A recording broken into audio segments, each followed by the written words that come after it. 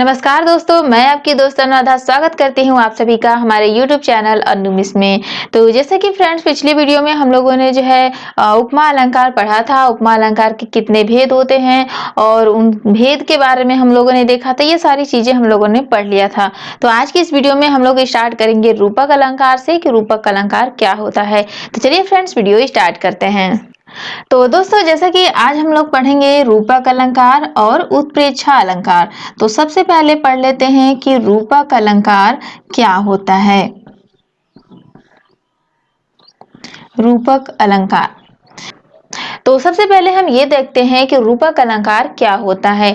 तो जहां पर उपमेय और उपमान में कोई भी भेद नहीं होता है, यानी कि उपमेय और उपमान में भेद रहित आरोप किया जाता है। कहने का मतलब कि जो आपका उपमेय होता है और जो आपका उपमान होता है, यानी कि जिससे तुलना की जाती है और जिसकी तुलना की जाती है, इन दोनों के बीच जो है जो भेद नाम का शब्द है, ये भेद नहीं होता है। यानी कि उपमेय और उपमान में कोई भी भेद नहीं बताया जाता है। और आप जानते हैं कि भेद बताने वाले शब्द को क्या कहते हैं, तो ये होता है आपका वाचक शब्द। जैसा कि हम लोगों ने इसे उपमा अलंकार में पढ़ा था कि वाचक शब्द क्या होते हैं। वाचक शब्द वो होते हैं जो कि आपके जो भेद का आरोप कराते हैं, यानी कि दोनों में समानता के लिए जो शब्द इस्तेमाल होते हैं, तुलनात्मक शब्द जो होता है वही जो है हमारा वाचक शब्द हो जाता है। तो यहाँ पर उपमेय और उपमान में कोई भी भेद नहीं बताया जाता है, डायरेक्ट उपमेय को उपमान कह दिया जाता है। तो इसका मतलब कि अब यहाँ पर वाचक शब्द नहीं रहेगा। ये पहचानने का एक ट्रिक है कि जहां पर वाचक शब्द ना दिखे आपको, वहां पर रूपक अलंकार हो जाता है। इसका उदाहरण जैसे मान लीजिए कि अगर हम आपसे कहें कि आप शेर हैं, आप शेर हैं, मैंने आपसे कहा कि आप शेर हैं। तो अब यहाँ पर देखिए क्या कहा जा रहा है कि आप शेर के समान नहीं है, आप जो है बिल्कुल शेर हैं। ऐसे ही अगर हम आपसे कहें कि सीता का मुख चंद्रमा है,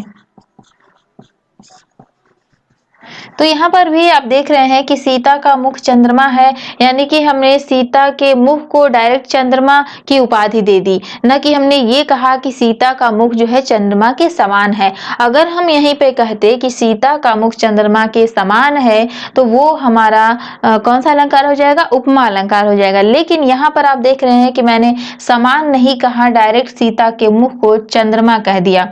तो यहाँ पर आप देख रहे हैं कि ये जो सीता का मुख है ये हमारा उपमेय है और ये जो चंद्रमा है ये हमारा उपमान है। तो उपमेय और उपमान के बीच जो है कोई भी भेद नहीं बताया जा रहा है, मुख चंद्रमा है, डायरेक्ट जो है चंद्रमा कह दिया जा रहा है। तो इसलिए जहां पर जो है वाचक शब्द नहीं होता है, कहने का मतलब जहां पर कोई भेद नहीं होता है उपमेय और उपमान के बीच, वहां पर हमारा रूपक अलंकार हो जाता है।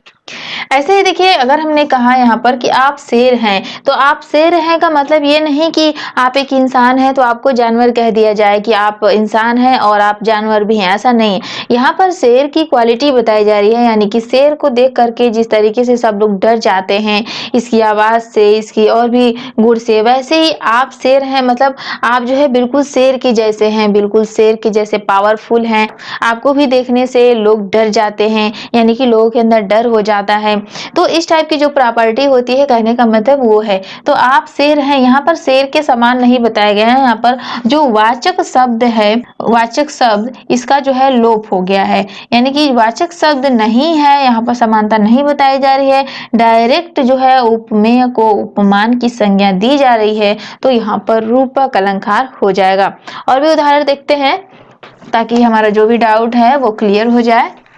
देखिए एक उदाहरण है जो कि आपके एग्जाम में बहुतों बार पूछा जाता है, चरण कमल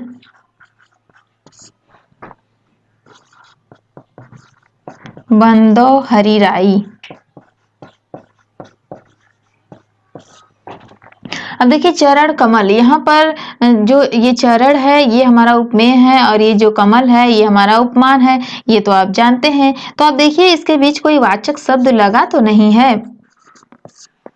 चरण कमल के समान ऐसा कुछ नहीं कहा गया है, यानी कि जो वाचक शब्द है वो यहाँ पर नहीं आपको मिलेगा। तो देखिए यहाँ पर चरण यानी कि उपमेय को डायरेक्ट जो है उपमान कह दिया जा रहा है, यानी कि चरण कमल, जो चरण है वो कमल है। तो यहाँ पर हमारा कौन सा अलंकार हो जाएगा? रूपक अलंकार हो जाएगा। ऐसे ही बहुत सारे उदाहरण जो है आपको मिल जाएंगे जहाँ पर कि वाचक शब्द अगर जहाँ नहीं रहेगा वहां पर हमारा रूपक अलंकार हो जाएगा। अब उसके बाद चलिए देखते हैं अगला अलंकार जो कि है हमारा उत्प्रेक्षा अलंकार।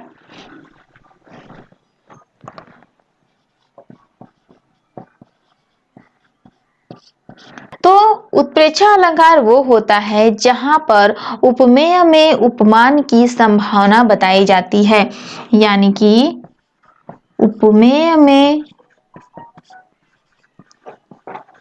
उपमान की संभावना बताई जाती है। जहां पर उपमेय में उपमान की संभावना बताई जाए वहां पर उत्प्रेक्षा अलंकार होता है। तो यहाँ पर आप नोटिस कर रहे होंगे कि यहाँ पर ये जो संभावना शब्द है ये हमारा आएगा। तो यहाँ पर कहने का मतलब कि जहां पर भी आपको संभावना नजर आए कि इस उदाहरण में संभावना जो है प्रतीत हो रहा है, संभावना बताई जा रही है, वहां पर उत्प्रेक्षा अलंकार हो जाएगा। अब इसका उदाहरण एक देखते हैं जैसे, और यहाँ पर एक ट्रिक याद कर लीजिएगा कि इसमें जो है आपका वाचक शब्द तो होता है, वाचक शब्द होता है इसमें, यानी कि जो तुलनात्मक शब्द है वो यहाँ पर होता है।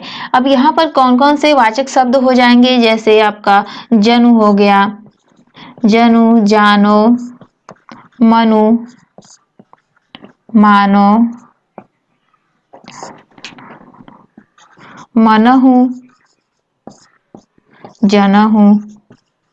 ये जो आपके शब्द हैं वाचक शब्द, इस टाइप के शब्द जो है आपको हर उदाहरण में देखने को मिलेंगे। तो जहां पर भी आपको इस टाइप के ये वाचक शब्द दिखे, आप आंख बंद करके उसमें जो है उत्प्रेक्षा अलंकार लगा दीजिएगा, क्योंकि 100% जो है वो उदाहरण उत्प्रेक्षा अलंकार का ही होता है।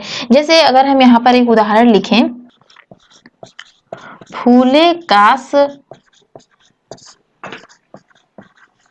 सकल मही छाई, जनु बरसा ऋतु प्रकट बुढ़ाई। मान लीजिए एक उदाहरण में लिखा, फूले काश सकल मही छाई, जनु बरसा ऋतु प्रकट बुढ़ाई। तो आप देख पा रहे हैं यहाँ पर कि हमने कहा कि ये जो वाचक शब्द हैं इसमें से कोई भी आपको दिखे तो वो उत्प्रेक्षा अलंकार हो जाएगा। तो देखिए अब इस उदाहरण में आपको अर्थ समझने की कोई जरूरत नहीं है। ऐसा नहीं है कि आपको अर्थ आएगा तो ही आप बता पाएंगे कि इसमें उत्प्रेक्षा अलंकार है। अगर आपको अर्थ नहीं भी आ रहा है तो भी आप बता देंगे, क्योंकि देखिए यहाँ पर जनुवाचक शब्द आया हुआ है, और जब जनुवाचक शब्द आ गया तो इसमें हमारा उत्प्रेक्षा अलंकार 100% होगा। देखिए यहाँ पर हमने आपको क्या बताया था कि जो हमारे वाचक शब्द हैं, यहाँ पर हम लिख दे रहे हैं वाचक शब्द जो है हमारे जनु, जानो,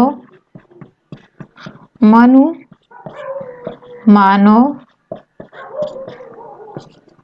जानहु, मानहु, इस टाइप के जो भी शब्द हैं। यहाँ पर ये जानहु मानहु होगा। अभी पीछे हमने लिखा था वहां पर गलती से हमने जनहु और मनहु लिख दिया था, वहां पर जानहु और मानहु होगा। तो देखिए अब यहाँ पर अगर हम एक उदाहरण लिखें, उस काल मारे क्रोध के तन कांपने उनका लगा,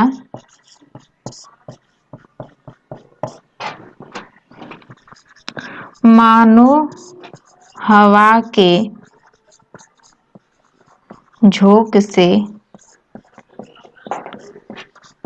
सोता हुआ सागर जगा। देखिए उस काल मारे क्रोध के तन कांपने, उनका लगा मानो हवा के झोंक से सोता हुआ सागर जगा। तो अब आप यहाँ पर देखिए कि ये जो मानो शब्द है, वाचक शब्द आया हुआ है, और जब ये आ गया तो इसमें हमारा कौन सा अलंकार हो जाएगा? उत्प्रेक्षा अलंकार हो जाएगा। तो कहने का मतलब फ्रेंड्स ये है कि जहाँ कहीं भी आपको इनमें से कोई भी जो है वाचक शब्द अगर दिखे तो वहां पर हमारा उत्प्रेक्षा अलंकार हो जाएगा। और अक्सर जो है इन्हीं जो है वाचक शब्दों में से कोई ना कोई वाचक शब्द आपको मिल जाता है। तो इसी के साथ फ्रेंड्स आज की इस वीडियो में बस इतना ही। अगर आपको वीडियो जरा भी हेल्पफुल लगी हो तो प्लीज फ्रेंड्स वीडियो को एक लाइक और शेयर जरूर कर देना। और हाँ फ्रेंड्स, अगर आप इस चैनल से जुड़ना चाहते हैं तो नीचे सब्सक्राइब बटन दिख रहा है, उस बटन पे क्लिक कीजिए और आप हमारे साथ जुड़ जाइए। और साथ ही साथ जो साइड में बेल का आइकन दिख रहा है उस पर भी प्रेस कर दीजिएगा। उससे क्या होगा कि जब भी हम कोई वीडियो अपलोड करेंगे तो आपको सबसे पहले नोटिफिकेशन मिल जाएगी। तो चलिए फ्रेंड्स, मिलेंगे नेक्स्ट वीडियो में। Have a nice day and take care.